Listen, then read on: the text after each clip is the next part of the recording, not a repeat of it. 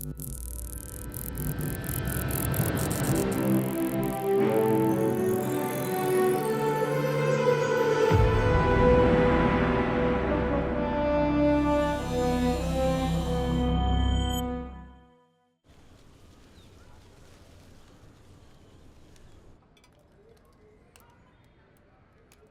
எப்படி நான் அலோ பண்ண முடியும்?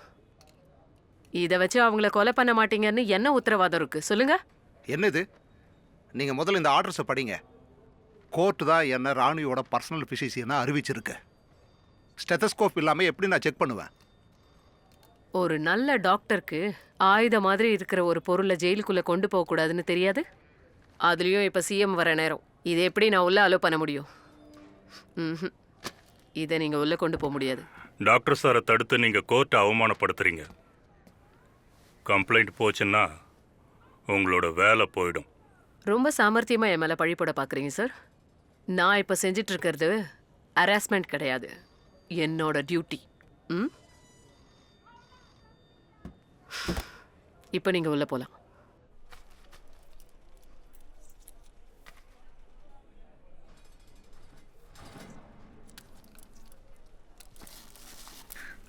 Thank you doctor.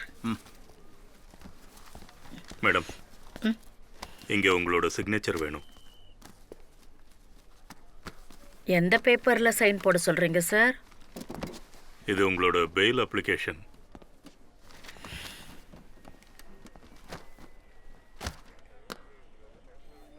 பெயில் அப்ளிகேஷனை மட்டும் விட்டுருங்க, வேற எதுலனாலும் சைன் பண்றேன். மேடம், 3 வருஷமா ஜெயிலில் இருக்கீங்க. இன்னும் ட்ரையல் கூட ஆரம்பிக்கல, சார்ஜ் ஷீட்டும் ஃபைல் பண்ணல. அது என்ன, எங்களுக்கு எதிராக எந்த ஒரு எவிடன்ஸும் கிடையாது. அதோட நவீன்குமாருக்கு நல்லாவே தெரியும் கோர்ட்டோட டெசிஷன் எங்களுக்கு ஃபேவரா வரும்னு. அதனால தான் இந்த கேஸை இழுத்துட்டே போறாரு. மேடம் உள்ள வச்சு பொலிட்டிக்கல் பெனிஃபிட்ஸ் அடையணும்னு நினைக்கிறாரு. இந்த டிலே கூட பெயிலுக்கு ஸ்ட்ராங்காக தான் இருக்கும். இந்த சந்தர்ப்பத்தை நம்ம விட்டுறக்கூடாது. சந்தர்ப்பத்தை நாம விட்டாச்சு, ஐயாவை காப்பாத்திருக்கணும். சொல்ல போனா பரீட்சை வேற இருக்கு. பெயிலு பின்னாடி 4-5 என் படிப்பு தான் கெட்டு போகும்.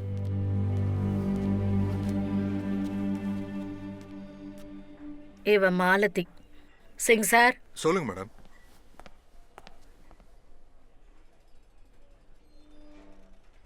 இவ காட்டுல விறகு பொறுக்க போயிருக்கா. இவளை நக்சல்னு சொல்லி போலீஸ் ஜெயில போட்டிருக்காங்க. 3 வருஷமா உள்ள இருக்கா.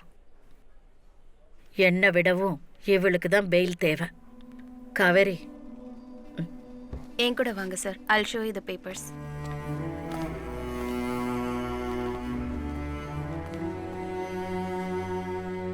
உங்களுக்காக வக்கீல கூட்டிட்டு வந்தேன். ஆனா நீங்க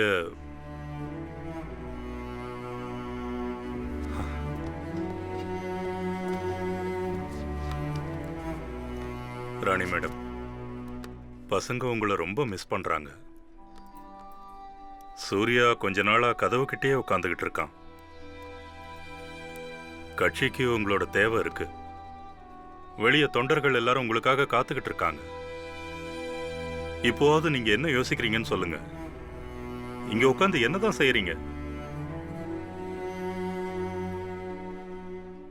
பரீட்சைக்கு தயாராயிட்டு இருக்கேன் மிஸ்ரா சார்.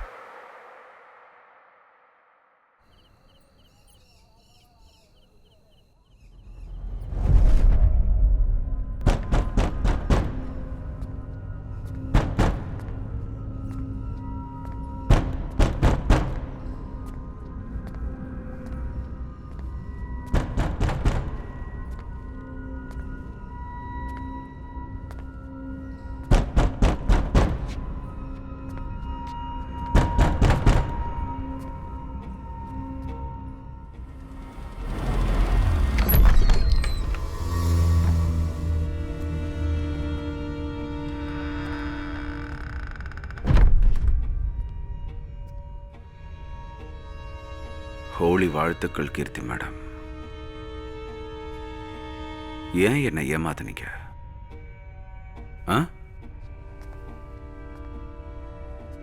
காலாநாக், துலாரி, தில்சாக், பிரேம்குமார் எல்லார பத்தி எனக்கு நல்லா தெரியும்.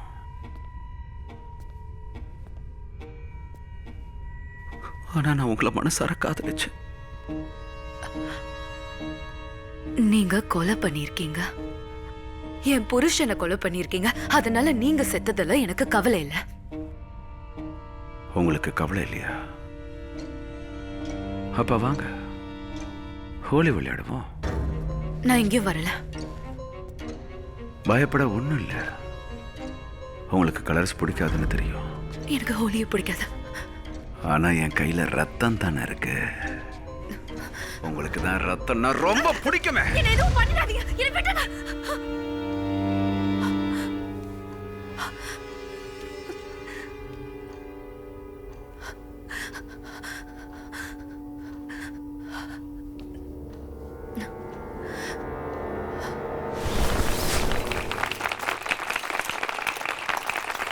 பிரவீன் குமார் வாழ்க வாழ்க வாழ்க. பிரவீன் குமார் வாழ்க வாழ்க வாழ்க. பீமா பாரதிக்கு வீர வணக்கம் வீர வணக்கம் வீர வணக்கம். பீமா பாரதிக்கு வீர வணக்கம் வீர வணக்கம் வீர வணக்கம். நான் வந்து பீமா பாரதிக்கு ரொம்ப நெருங்கிய நண்பனா இருந்தேன். அது மட்டும் இல்ல, விரோதியாவும் இருந்திருக்கேன். பல நாட்கள் ஒன்னா இருந்திருக்கோம், சில நாட்கள் எதிரியா இருந்திருக்கோம். ஆனா எங்களோட கருத்து வேறுபாடுகள் ஒரு நாளும் எங்க நட்பை சிதைக்கல. இடுப்புக்கு கீழே என்னைக்குமே நாங்க ஒருத்தர் தாக்கிக்கல. ஆனா என்ன சொல்ல, அவரு கூட இருந்த ஆட்களே கேவலம் பதவி வெறி பிடிச்சு பீகாரோடைய இந்த தங்க மகனை நம்ம கிட்ட இருந்து பறிச்சிட்டாங்க. இன்னைக்கு பீமா பாரதியோட 3ஆம் ஆண்டு நினைவு நாளையொட்டி அவரை புதைச்ச இந்த இடத்தை நினைவிடமா மாத்த போறோம். அதோட அவர் இறந்த இந்த நாளை ஊக்கம் கொடுக்கும் நாள்னு நான் அறிவிச்சுக்கிறேன். கைதட்டுங்க. பிரவீன் குமார் வாழ்க வாழ்க வாழ்க. பிரவீன் குமார் வாழ்க வாழ்க வாழ்க. பீமா பாரதிக்கு வீர வணக்கம் வீர வணக்கம் வீர வணக்கம். பீமா பாரதிக்கு வீர வணக்கம் வீர வணக்கம் வீர வணக்கம். பிரவீன் குமார் வாழ்க. என்ன சொன்னார்? அவர் கொஞ்சம் பார்க்கணும். அவர் இப்ப ரொம்ப பிஸியா இருக்காரு. இப்ப அவரை பார்க்க முடியாது, பேச முடியாது. 2 நிமிஷம் பேசிட்டு போயிடுறேன். பேச முடியாதுன்னா முடியாது, சொன்ன புரிஞ்சுக்க. படம் பிடிக்காம என் கூட வா, என்ன நான் சொல்றேன். பிரவீன் குமார் வாழ்க வாழ்க வாழ்க. பிரவீன் குமார் வாழ்க வாழ்க வாழ்க.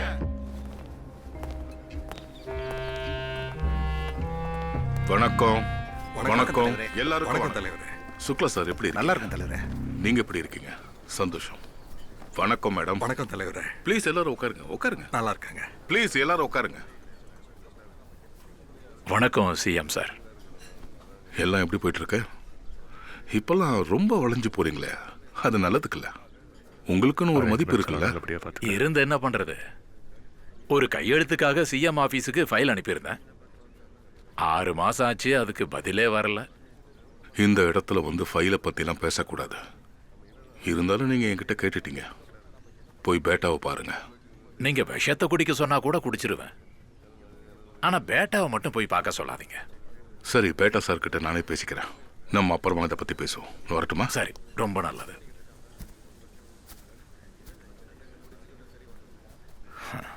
நல்லா இருக்கீங்களா தலைவரே? அட, நீ இங்கதான் இருக்க. வணக்கம் சார். நானே உங்ககிட்ட பேசணும்னு சொல்லுங்க நினைச்சேன். சார். மது விலக்கு கொண்டு வந்ததால இங்க இருக்கிற மக்கள் வேணா சந்தோஷப்படலாம். ஆமா. ஆனா கவர்மெண்ட்டுக்கு இது ஒரு பெரிய லாஸ் ஆச்சே.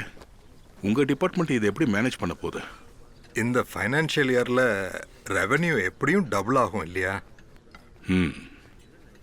நல்ல விஷயம். சரி சார். நன்றி. நன்றி சார். பேட்டா சார். வணக்கம் சார். கௌரி பாபு ஃபைல் ஒன்று பெண்டிங்ல இருக்கான். அது என்னன்னு பாருங்க. நான் அதை பார்த்தாச்சு நவீன்குமார். அந்த ப்ரப்போசல் செலவை தான் இழுக்கும். அதனால தான் அந்த ஃபைலை சிஎம் ஆஃபீஸுக்கு அனுப்பாமல் வச்சுருக்கேன். அவர் ஒரு சீனியர் லீடர். வயசான காலத்தில் அவரை அலைய விடக்கூடாதுன்னு நினைக்கிறேன். ஒரு தடவை அவரை பாருங்க. சரி சரி, வாங்க.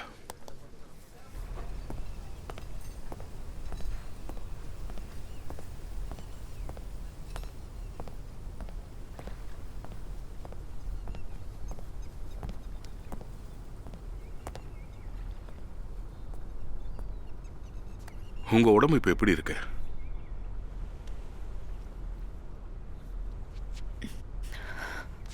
நான் ஏற்கனவே உங்ககிட்ட சொல்லியிருந்தேன்ல, எனக்கு இந்த பங்களால இருக்க இஷ்டமே இல்லை. அது மட்டும் இல்லாம நீங்க பீமாவோட சிலையை வேற வச்சிருக்கீங்க. சிலை வைக்கிறதுனால சில லாபங்கள் கிடைக்கும். முதல்ல அதை நீங்க புரிஞ்சுக்கணும். என்னால இதுக்கு மேல முடியாது நவீன்குமார்.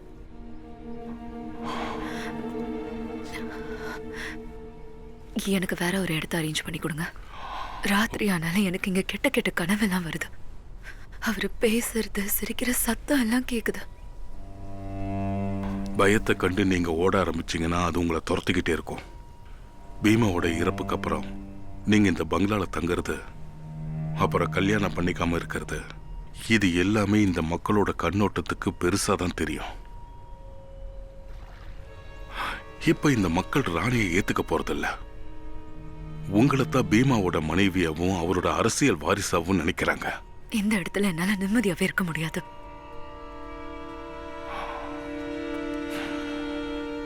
இங்க பாருங்க, தலையில அடிபட்டதுன்னா வைத்தியம் தான் பார்க்கணுமே தவிர தலையை எடுத்துடக்கூடாது. புரிஞ்சுதா? அதனால நீங்க இங்கதான் இருக்கணும். ராணிக்கு மட்டும் தண்டனை கிடைச்சதுன்னா பட்னாலேயே உங்களுக்கு பிடிச்ச பங்களால உங்களை நான் தங்க வைக்கிறேன். அது வரைக்கும் நீங்க ஒழுங்கா மருந்து சாப்பிடுங்க. நீங்க நல்ல ஆரோக்கியத்தோட இருக்கணும். அதுதான் எங்க எல்லாருக்கும் ரொம்ப முக்கியம்.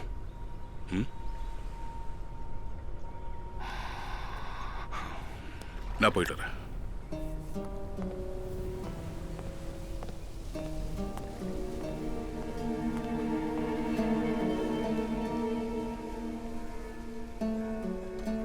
தலைவரே, கீர்த்தி சிங்கோட தைரியத்தை பாராட்டியே ஆகணும். எப்படி இந்த பங்களால தனியா தங்குறாங்க? நானா இருந்த ராத்திரி இந்த பக்கமே வர மாட்டேன்.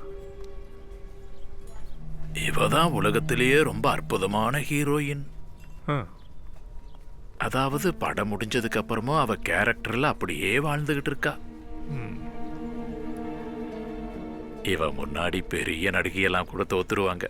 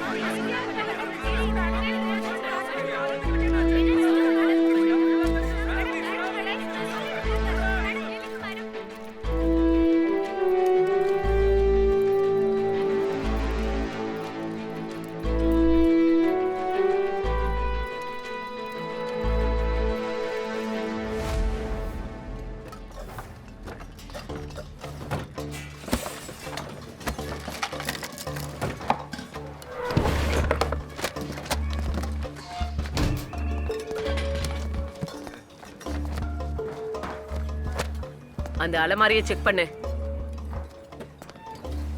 என்ன கிடைச்சது? எதுவுமே இல்லை மேடம்.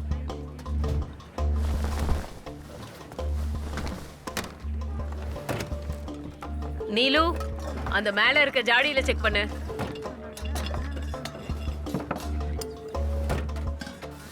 ஏதாவது இருக்கா?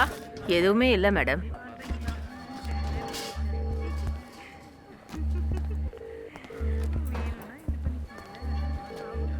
ஜெய்ஹிந்த் சார். நாங்க நல்லா தேடி பார்த்துட்டோம் சார். சந்தேகப்படுற மாதிரி பொருள் எதுவும் இங்க இல்லை சார். சரிங்க சார், நாங்க பர்சனலி கண்காணிக்கிறோம் சார். சரிங்க சார். சார் ஒரு நிமிஷம் சார். ஏய் ஃபாத்திமா, இன்னைக்கு மேடம்க்கு எந்த சப்ஜெக்ட் எக்ஸாம்? Political science. மேடம்க்கு இன்னைக்கு பொலிட்டிக்கல் சயின்ஸ் எக்ஸாம் இருக்கு.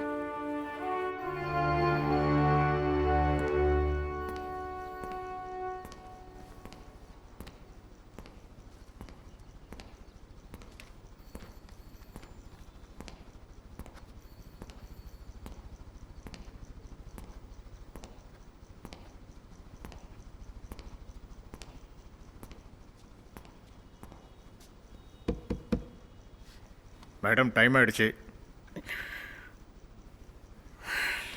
அரசியல் நெறிமுறைகளை பற்றி கட்டுரை எழுதுறேன்.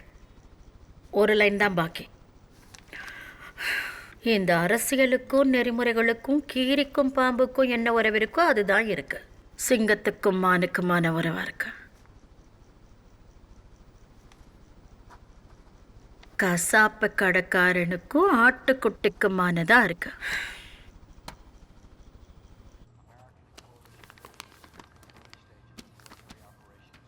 புதிய பீகார் ஆகாயத்தில் உயரப் பறக்கும். 3 வருடத்தில் ஊழல் இல்லாத அரசாங்கம். முன்னேற்றம் விண்ணை முட்டுகிறது. அதோடு மதுவிலக்கை இங்கு அமல்படுத்தியதால் சிஎம் நவீன்குமார் பீகாரை ஒரு ஸ்வர்க்க நகரமாக மாற்ற ஆரம்பித்திருக்கிறார் என்று கூறலாம். பீகாரை அடுத்து இந்த நாட்டை ஆளும் திறமையும் நவீன்குமாருக்கு உள்ளது. நீங்க அசத்துறீங்க நவீன்குமார். நான் என்ன சொல்ல வரேன்னா, அடுத்த கேபினெட் மீட்டிங்கில் விமானம் வாங்குறதுக்கான ப்ரப்போசலை பாஸ் பண்ணிடலாம். அப்புறம் டெல்லி போயிட்டு வர ஃப்ரீக்வன்சியை அதிகப்படுத்துங்க. அடுத்த பிரதமர் பீகாரியாக தான் இருக்கணும். வீட்டுக்கு ஒழுங்கா பூட்டு போடாம யாரும் சினிமா பார்க்க போறதில்ல ராகேஷ் பாபு.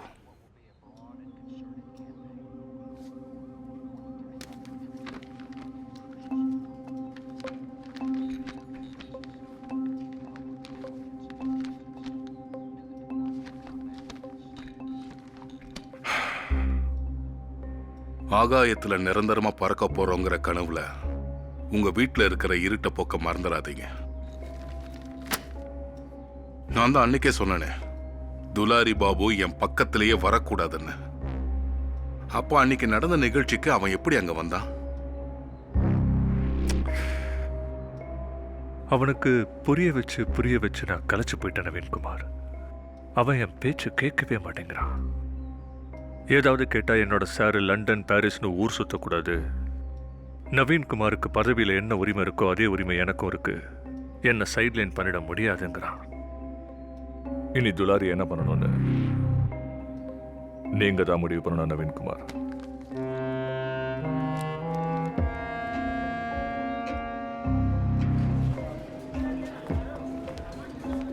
மூணு வருஷத்துக்கு முன்னாடி என்னுடைய கிளையண்ட் டாக்டர் ராஜீவ் சின்ஹாவோட பையன் மனோஜ் சின்ஹாவை ஜெகன்கிறவர் கொலை பண்ணியிருக்காரு. மனோஜ் சின்ஹா அப்புறம் ஷில்பாவோட முக்கிய குற்றவாளி துலாரி யாதவ் ரூலிங் பார்ட்டியோட முக்கிய புள்ளியா இருக்காரு. அவர் ஒரு இன்ஃப்ளூயன்ஷியல் லீடர். ஸோ எந்த ஒரு இடையூறும் இல்லாமல் என்கொயரி நடக்காது. ஸோ அதனால தான் இந்த கேஸை சிபிஐக்கு மாற்றுங்கன்னு சொல்கிறோம். டிஜிபி சார், மனோஜ் சின்ஹாவோட கொலைக்கு அப்புறம் சந்தேகப்பட்ட துலாரி யாதவை விசாரணை பண்ணீங்களா? சொல்லுங்க, விசாரணை பண்ணீங்களா? பண்ணியிருக்கேன் மயிலாட். ஆனால் அவருக்கு எதிராக எந்த ஆதாரங்களும் கிடைக்கல. ரூலிங் பார்ட்டியில் இருக்கிற மினிஸ்டரை என்கொயரி பண்ணும்போது பல தடைகளும் வரலாம். அதனால இந்த கேஸை சிபிஐக்கு மாத்துறேன். You have any objections? No objection my lord. சொல்லப்போனால் எங்களுக்கும் ஒரு நேர்மையான என்கொயரி தான் வேணும். நாங்கள் சிபிஐக்கு முழு ஒத்துழைப்பு கொடுப்போம் சார். என் பையனுக்கு நியாயம் கிடைச்சா போதும், அவ்வளோதான். பீமா பாரதியை கொலை பண்ணாங்க. எந்த எவிடன்ஸும் இல்லாமல் ராணி பாரதியை ஜெயிலில் அடைச்சாங்க. ஆனால் இங்கே மனோஜையும் ஷில்பாவையும் கொன்ன துலாரி யாதவுக்கு சிஎம் மந்திரி பதவி கொடுத்துருக்காரு. ஏன் இதுதான் இவங்க சொல்ற சுயராஜ்யமா? துலாரி காலையிலேருந்து 24வது கால். என்ன செய்யறது? அவன் பின்னாடி எந்த எம்எல்ஏவும் கிடையாது. அதனால அவன் கட்சிக்குள்ள இருக்கிறதும் இல்லாததும் ஒண்ணுதான். அதனால சட்டம் தன் கடமையை செய்யட்டும். எவ்வளவு நாள் தான் அவனை சுமந்துகிட்டே தெரியறது?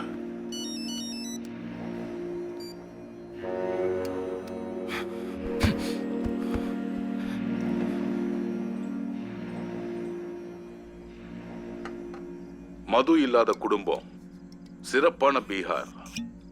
சே நோ டு ஆல்கஹால். ஒரிஜினல் சரக்கு தானே, கலப்படம் ஒன்றும் இல்லையா? அட, நேரா போலீஸ் ஸ்டேஷன்ல இருந்து வர வச்சிருக்கேன். அதோட இந்த விஷயத்துல நம்ம போலீஸ்காரங்களோட நேர்மையா சந்தேகப்படக்கூடாது. நன்றி. Cheers. நவீன்குமார் எங்கேயோ தட்டுறாரு, யாருக்கோ அடிபடுது. பாகுபலி லீடர் துலாரி யாதவோட விஷயத்த நம்மளோட கவர்மெண்ட் இப்போ சிபிஐ கிட்ட ஒப்படைச்சிடுச்சு. பிரேம், அதனால இந்த கேஸ் இப்போ இன்னும் ஸ்ட்ராங் ஆயிடுச்சு. துலாரிக்கு அப்புறம் அடுத்த விக்கெட் உன்னதாதான் இருக்கணும். ஏன்? நாம பொறுத்திருந்து தான் பார்க்கணும். நான் யாருக்கு எந்த கெடுதலும் பண்ணலையா? உள்ளுக்குள்ள என்னென்னமோ நடக்குது. இவனை நேஷனல் லெவல் இமேஜ் ஆக்கணும்னு பார்க்கறாங்க.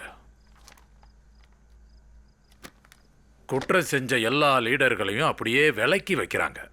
அதனால தான் துலாரியோட கேஸை தூசி தட்டி இருக்காங்க. உன் மேலேயும் ஒரு கேஸ் இருக்குல்ல, உணவு சம்பந்தமா? அட என்னங்க நீங்க, முதல்ல ஊற்றி கொடுக்குறீங்க, அப்புறம் ஊற்றி கொடுத்ததை மொத்தமாக இருக்கிறீங்க. அந்த டாக்டர் ராஜு சின்ஹா தான் துலாரியோட கேஸை 3 வருஷமாக பிடிச்சி தொங்கிட்டு இருக்காரு. நவீன்குமார் என்ன பண்ணாரு? எனக்கே நல்லா புரியுது. இப்பெல்லாம் நீங்கள் நவீன்குமாருக்கு எதிராகவே செயல்பட்டுக்கிட்டு இருக்கீங்க. உள்துறை அமைச்சர் பதவி கொடுக்குறேன்னு சொல்லிட்டு உங்களுக்கு கொடுக்காம விட்டுட்டாரு. அந்த கோவம் தானே? உனக்கு என்னத்தை தூக்கி கொடுத்துட்டான் சொல்லு. நம்ம என்ன பேசணும்? நான் உள்துறை அமைச்சர், நீ கால்நடை அமைச்சர். நாம நினைச்சதை எதுவுமே கொடுக்கல. ஆனா அந்த பைட்டாக்கு பிடபிள்யூடியா? இதை பாருங்க கௌரி பாபு, அவர் கொடுத்த வாக்கை காப்பாற்றலன்னு ஒத்துக்கிறேன். ஆனால் கடந்த 3 வருஷமா அவரால் தான் நம்ம எல்லா சுகத்தையும் அனுபவிச்சுக்கிட்டு இருக்கோன்றதை மறந்துடாதீங்க. இல்லைனா ராணி பாரதி இடத்துல நாம தான் ஜெயிலில் இருந்திருப்போம். தயவு செஞ்சு நான் சொல்றது கேளுங்க, நவீன்குமாரோட மோதுறது வேலைக்கே ஆகாது. அவன் கூட போய் மோதுன்னு நான் சொல்லவே இல்லையே. நான் சர்வைவலுக்கு கூட ஒன்று வச்சுக்கன்னு சொல்றேன். சர்வைவல்னா என்ன? நான் விரிவா உனக்கு புரிய வைக்கிறேன். இதுக்கெல்லாம் முன்னாடி நாம தனியா தான் இருந்தோம். தனியா இருந்து ஒன்னத்தையும் கிழிக்க முடியாதுன்னு தெரிஞ்சுக்கிட்டோம். அப்பதான் பீமா கூட கூட்டு சேர்ந்தோம். அப்ப ராணி பாரதி வந்தா. அந்த ராணி பாரதி வந்த உடனே மொத்த பேரையும் நசுக்கிட்டா. உடனே நவீன் கிட்ட போயிட்டோம். போனதுக்கு அப்புறம்தான் நாம சர்வைவரா நின்னுட்டு இருக்கோம். நாம எப்பவும் 2வது ஆப்ஷனை கூடவே வச்சுட்டு இருப்போம். புரிஞ்சுதா? நான் 1 மணி நேரமா மேக்கப் போட்டுட்டு உனக்காக அங்க உள்ள வெயிட் பண்ணிட்டு இருந்தா இங்க ஃபுல்லா குடிச்சிட்டு இருக்க. நான் போய் தூங்கிட்டுமா? இதோ கிளம்பிட்டேன். நீ பாட்டுக்கு கதவு மூடிட்டு போயிடாதமா. ஏய், மொத்தத்தையும் காலி பண்ணிடாத. இதான் வந்துட்டமா. நல்லா முறுக்கேறி இருக்க போல இருக்க. சார், இன்னைக்கு எவ்வளோ வாங்கணும்? 7 இருந்தாலே போதும். என்னது, வெறும் 7? எதுக்காக இவ்வளவு குறைவா சொல்றீங்க? அதெல்லாம் ஒன்றும் இல்லை. சிஎம் நேரா ஸ்டேட்மெண்ட்டே கொடுத்துருக்காரு தரோஹர் சிங். டெல்லி மீடியாலேயே வந்துருச்சு. அதனால நான் சொன்னதே போதும். ஓ சார், இதெல்லாம் அநியாயம் சார். எதுக்கு சார் இந்த மாதிரி பிடிச்சிட்டு இருக்கீங்க? கொஞ்சம் இருங்க சார். சார், முக்கியமான பொருள் இருக்கு சார். எங்க ஆர்டர்லாம் இருக்கு. நீங்க வேணா செக் பண்ணி பாருங்க. சரிங்க. அது என்ன கலட்டான்னு பாரு.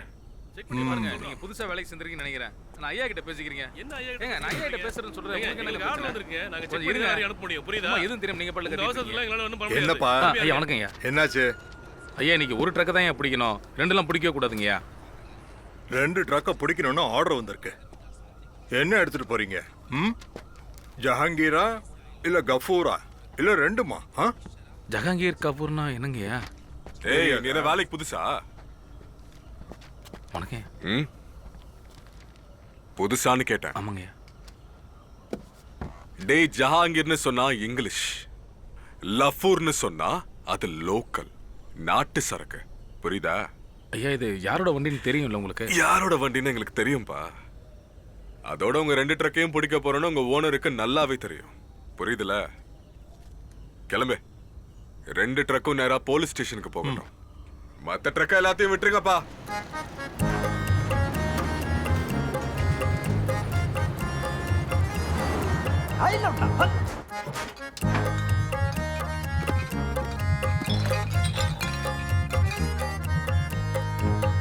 अब दरोगा जी को मत समझाओ क्या रॉन्ग क्या राइट है। चेक पोस्ट का हवलदार भी हुआ मार्केट टाइट है। अब पीके जो ढिमलाया है मुझे पीके जो ढिमलाया है वो नेताजी का फैन है। कौन बोला बैन है, कौन बोला बैन है।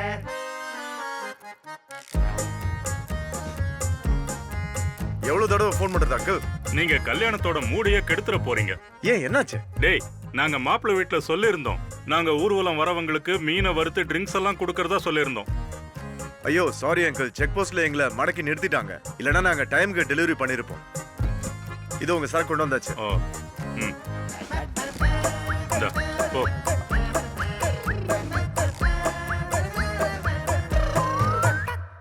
गजब यहाँ रंगदारी सबने लंबी लंबी फेंका है। अब माल बताओ कितना चाहिए, भले बंद सब ठेका है। और एक फोन पर होम डिलीवरी, अरे एक फोन पे होम डिलीवरी, क्या पाउच का कैन है। कौन बोला बैन है, कौन बोला बैन है। बैन बैन बैन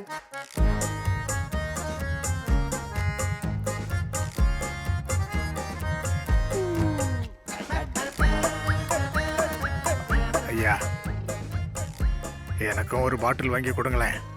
மது விலக்கு வந்ததுல இருந்து இங்கிலீஷ் சரக்கு குடிக்கவே முடியல. ஒரு நாளைக்கு எவ்வளவு சம்பாதிக்கிற? ஒரு நாளைக்கு 50 100 கிடைக்கும். நீ ஒரு மாசம் சம்பாதிக்கிறத விட இந்த பாட்டிலோட விலை அதிகம் தெரியுமா? நீ எல்லாம் வேற சாராயம் தான் குடிக்கணும். संपूर्ण राज्य में नाकाबंदी, सब सरकारी आर्डर है। आज जाके देख तमाशा जो बक्सर बलिया का बॉर्डर है।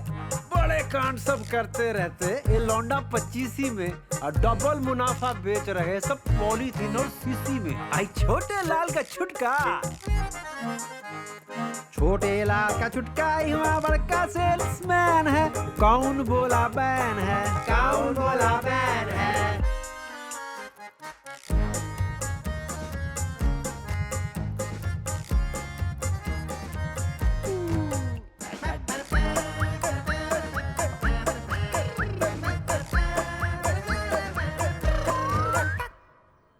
போதைங்கிறது என்ன? அது ஒரு உணர்வு, ஒரு சந்தோஷமான அடைக்கலம். நிறைவேறாத ஆசையை நாம நிறைவேற்றிக்க இந்த வழியில நாம முயற்சிக்கிறோம். மக்களுடைய ஆசைகள் நிறைவேறாம போகும்போது மனசு சஞ்சலப்பட்டு அவன் போதைக்கு அடிமையாகிறான். அதோட நாம் எல்லாரும் இதே போதையை தேடிதான் அலைஞ்சுக்கிட்டு இருக்கோம். காட்டுல இருக்கிற மான போல.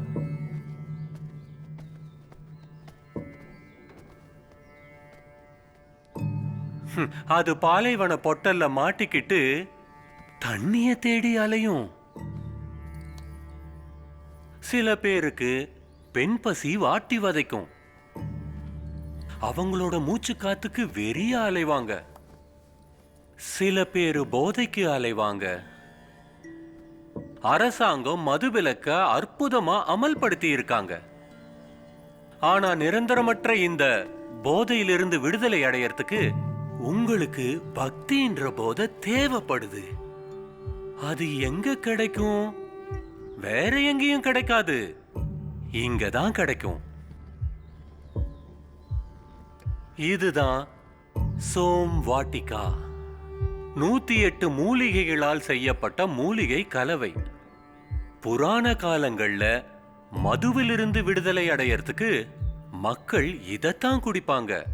அதனால நீங்க இத இந்த ஆசிரமத்திலிருந்து 159 ரூபாய் மட்டும் கொடுத்து இந்த அற்புதமான மூலிகை மருந்த வாங்கிக்கோங்க. சொல்லுங்க ஹரிஹோ. துலாரி என்னுடைய பக்தன், அவன் நம்மவன். இந்த ஸ்டேட்டோட கட்டமைப்பு மாற்றத்துல ஒரு சிறிதளவு பங்காவது துலாரி கண்டிப்பா செஞ்சிருப்பாரு.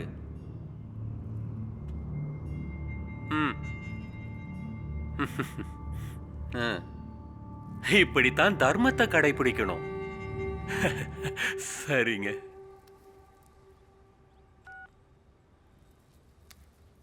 நவீன் என்ன சொல்றான்னா, அதாவது துலாரி இப்போ ரிசைன் பண்றது நல்லதான். இந்த பிரச்சனை எல்லாம் கொஞ்சம் கொஞ்சமா குறைஞ்சதுக்கு அப்புறம் மறுபடியும் கேபினெட்ல இடம் கிடைச்சிருமா. ஆனா அவன் இந்த முடிவை எல்லாரோட ஒப்புதலோட எடுக்கணும்னு நினைக்கிறான். இங்க பாரு துலாரி, எங்க எல்லாருக்குமே தெரியும் ராஜு சின்ஹாவை பின்னாடி இருந்து இயக்குற மூளை ராணி பாரதியோடது. ஜெயிலுக்குள்ளேயே உட்காந்துக்கிட்டு அவ அரசியல் பண்ணிக்கிட்டு இருக்கா. என்ன கேட்டிங்கன்னா இப்போ நீங்கள் ராஜினாமா பண்ணுறது தான் நல்லதுன்னு சொல்லுவேன். இதெல்லாம் கொஞ்ச நாளைக்கு தான், அது வரைக்கும் வெளிநாடு எங்கேயா சுற்றிட்டு வாங்க. நம்ம எல்லாருக்கும் மேலே அரசாங்கம் இருக்குது, அதுக்கு எந்த களங்கமும் வந்துடக்கூடாது. அதனால் நான் நினைக்கிறத சொல்கிறேன், துலாரி ரிசைன் பண்ணுறது நல்லது. நவீன் பாபு வரப்போகிற நாட்களை பற்றி யோசிக்கிறாரு, அதனால அவர் சொல்கிறத கேட்டால் உங்களுக்கு நல்லது. இன்னொரு விஷயம் இருக்கு, சமூகத்துக்கு நம்ம மதிப்பு கொடுக்கணும்.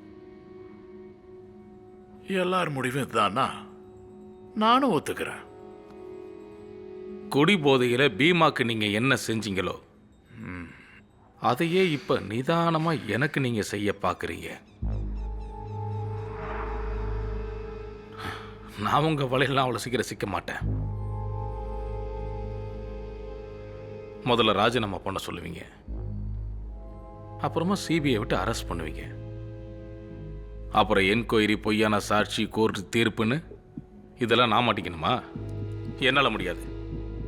இது எதுவும் நடக்காது. என்னோட முடிவை நவீன் பாபு கிட்ட தெளிவா சொல்லிடுங்க. பொய்யான வண்ணத்தை பூசிக்கிட்டு ஒரு மயில் தோகையை விரிச்சு ஆடிக்கிட்டு இருக்கு, அதை கலைச்சிடுவேன், தோலை உரிச்சு ஓட விட்டுருவேன்.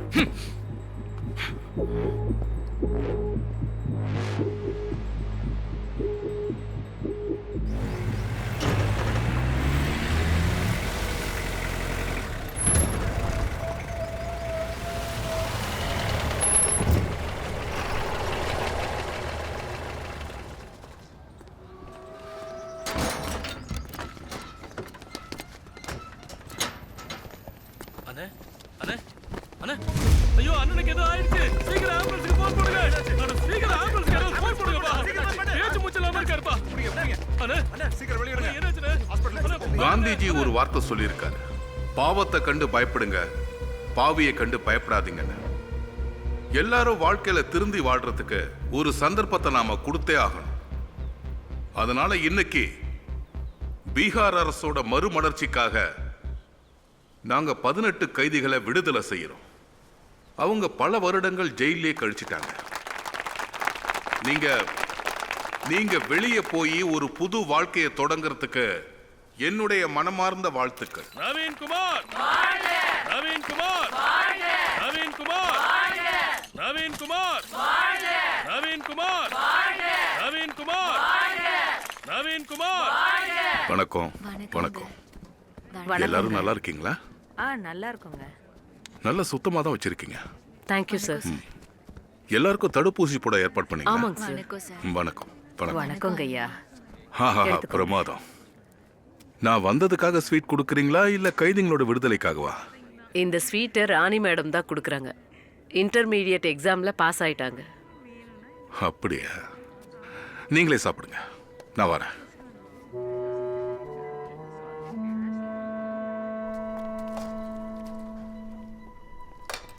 வணக்கம் ராணி.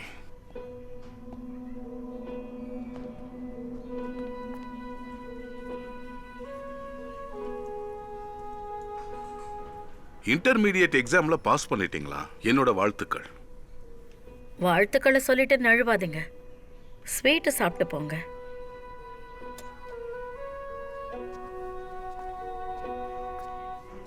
இல்ல வேண்டாம். பயப்படாதீங்க, நான் ஸ்வீட்டில் விஷத்தை கலக்கல.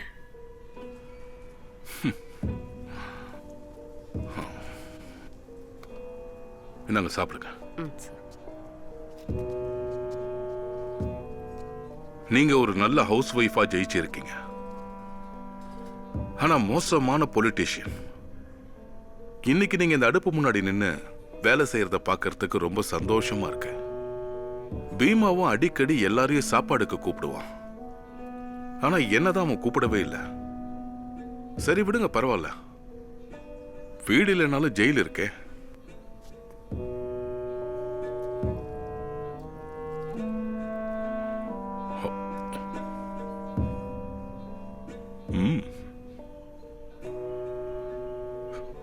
Very good. இந்த ஜெயில் உங்களுக்கு பிடிச்சு போனது நல்ல விஷயம்தான்.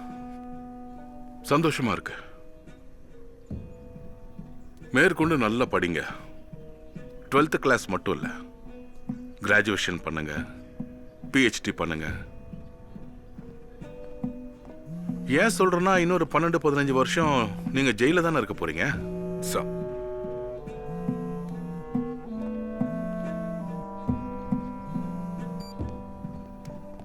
ஹலோ. என்ன இறந்துட்டானா? எப்படி? Heart attack? சரி, நான் வரேன். நவீன் பாபு,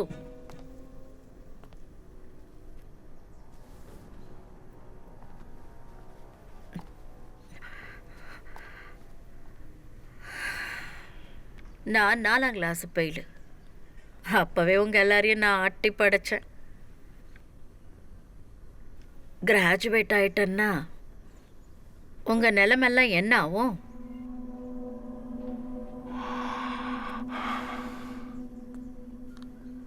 என்ன சொல்ல வர? துலாரி யாதவ். அது ஹார்ட் அட்டாக் இல்லை.